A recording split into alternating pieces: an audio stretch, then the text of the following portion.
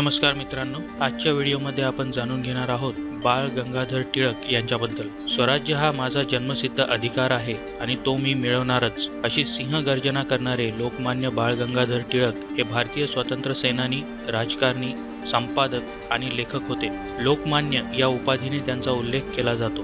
टिळकांचा जन्म 23 जुलै इसवी सन 1856 मध्ये रत्नागिरी येथे मध्यमवर्गीय ब्राह्मण कुटुंबात झाला। रत्नागिरी जिल्ह्यातील दापोली तालुक्यातील चिखलगाव हे त्यांचे मूळ गाव। 1866 मध्ये वडील गंगाधर पंतांची बदली पुण्यात झाल्यामुळे टिळक आपल्या आई पार्वतीबाईंबरोबर पुण्यास आले। 1871 मध्ये सत्यभामाबाई यांच्याशी त्यांचा विवाह झाला। महाविद्यालयात नियमित व्यायाम करून प्रकृती सुदृढ व निकोप राखण्यावर त्यांनी भर दिला। या कमावलेल्या शरीराचा पुढे दगदगीच्या राजकीय जीवनात व कारावासात त्यांना फार मोठा उपयोग झाला। 1876 मध्ये ते BA प्रथम श्रेणीत उत्तीर्ण झाले। डेक्कन कॉलेजमध्येच टिळक आणि आगरकर यांचा स्नेह जमला। दोघांनी देश कार्याला वाहून घेण्याचा संकल्प केला। टिळक आगरकरांनी 1 जानेवारी 1880 रोजी न्यू इंग्लिश स्कूलची स्थापना केली। टिळकांनी विनावेतन शिक्षकी पेशा पत्करला।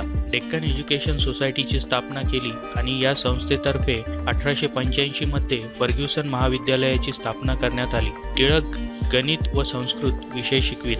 चिपळूणकर, टिळक व आगरकर यांनी 1881 मध्ये आर्यभूषण छापखाना काढला आणि केसरी मराठी व मराठा इंग्रजी ही 2 वृत्तपत्रे सुरू केली। केसरीचे व मराठा वृत्तपत्राचे टिळक संपादक होते।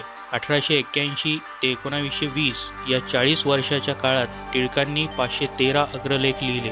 सरकारचे डोके ठिकाण्यावर आहे काय, उजाडले पण सूर्य कुठे आहे, टिळक सुटले पुढे काय, प्रिन्सिपॉल शिशुपाल की पशुपाल, टोनग्याचे आचळ हे आमचे गुरुच नव्हेत, बादशाह ब्राह्मण झाले, हे त्यांचे काही प्रसिद्ध अग्रलेख आहेत। वृत्तपत्रांच्या द्वारे लोकशिक्षण, राजकीय जागृती व शासकीय अन्यायाचा प्रतिकार हे त्यांचे ऐतिहासिक कार्य येथूनच सुरू झाले। त्याबद्दल टिळक व आगरकर यांना 4 महिन्यांची शिक्षा होऊन डोंगरीच्या तुरुंगात पाठवण्यात आले। 26 ऑक्टोबर 1882 रोजी त्यांची सुटका झाली। टिळकांना राष्ट्राइतकाच हिंदू धर्माचाही ज्वाज्वल्य अभिमान होता। धर्म हा त्यांचा व्यासंगाचा विषय होता। ज्यास हिंदुत्वाचा अथवा हिंदू धर्माचा अभिमान नाही, त्यास हिंदू लोकांनी काय समाज सुधारणा कराव्यात ते सांगण्याचा अधिकार नाही, असे ते म्हणत। राजकीय जनजागृतीसाठी इसवी सन 1893 साली टिळकांनी सार्वजनिक गणेशोत्सव सुरू केला। टिळक जहालवादी होते। टिळकांच्या कार्याने धास्तावून इंग्रजांनी त्यांना अटक करून त्यांच्यावर खटला चालवला।